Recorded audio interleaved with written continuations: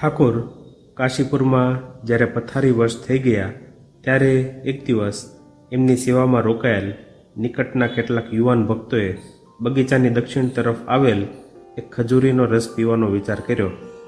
ઠાકોર આ બાબતમાં કંઈ પણ જાણતા ન હતા. નિરંજન એટલે કે સ્વામી નિરંજનાનંદ વગેરે બધા આનંદથી ખજૂરી તરફ જવા લાગ્યા. તે વખતે માતાજીએ અચાનક જોયું કે ઠાકોર તીરની જેમ છૂટીને નીચે ઉતરી આવ્યા. એ જોઈ માતાજી ચમકી ગયા અને વિચારવા લાગ્યા, આ કંઈ શક્ય છે? બિછાનામાં જેઓ પોતાની મેળે પાસું પણ બદલી શકતા નથી, તેઓ તે કાંઈ આટલી ઝડપથી દોડીને નીચે જઈ શકે? તો પણ પોતાની આંખે જોયેલું એમને માનવું જ રહ્યું. ઉપર જઈ એમણે ઠાકોરના ઓરડામાં જોયું તો તેઓ ત્યાં ન હતા. બીકને લીધે તેઓ અહીં તે શોધવા લાગ્યા, પણ ક્યાંય ન દેખાયા. એટલે ચિંતાથી વ્યાકુળ બની ગયા. થોડીવાર પછી એમણે જોયું તો ઠાકોર ગયેલા એટલી જ ઝડપથી પાછા ફર્યા અને પોતાના ઓરડામાં ચાલ્યા આવ્યા. કુતૂહલ ખાતર માતાજીએ પાછળથી ઠાકોરને પૂછ્યું ત્યારે શ્રી રામકૃષ્ણે કહ્યું, શું તમે જોયું હતું? પછી ઉમેર્યું, અહીં બધા જ છોકરાઓ જુવાનિયાઓ છે. આ બગીચાના એક ખૂણામાં ખજૂરીનું ઝાડ છે.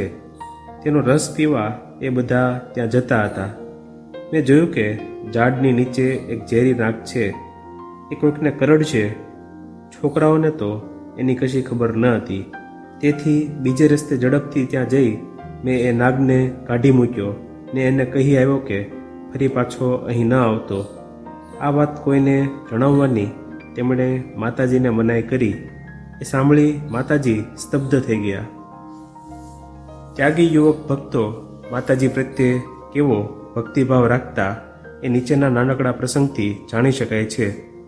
શ્રી રામકૃષ્ણે એકવાર એમને કહ્યું, તમારું ભિક્ષામાં આણેલું અન્ન ખાવાની ઈચ્છા થાય છે. આ સાંભળી નરેન્દ્ર વગેરે ભક્તો ખૂબ ખુશ થઈ ગયા. ભિક્ષા માગવા નીકળતા પહેલાં એમને થયું કે માતાજી પાસે પહેલી ભિક્ષા માગવી જોઈએ. તે પ્રમાણે તેઓ માતાજી પાસે ગયા. ત્યારે એમણે એમના ભિક્ષા પાત્રમાં ₹1 આપ્યો. આ રીતે દરેક કાર્યના આરંભમાં તેઓ માતાજીના આશીર્વાદ માગતા અને સ્નેહાળજનની પણ ઉદારતાપૂર્વક આશીર્વાદ આપતા. ઠાકોરનું શરીર ધીમે ધીમે કૃશ થતું જોઈ કોઈ હતાશ થઈ જતું તો માતાજી આશ્વાસન આપતા અને સેવાના કામમાં કંઈ મુશ્કેલી ઊભી થતી હોય તો માતાજીની સલાહથી જ તેનો ઉકેલ આવતો. વસ્તુતઃ કાશીપુરમાં દરેક કામની પાછળ માતાજીનો અદૃશ્ય મંગળમય હાથ હતો એમ સૌ જાણતા અને તેઓ જ દરેકના હૃદયમાં આશા અને આનંદનો સંચાર કરતા.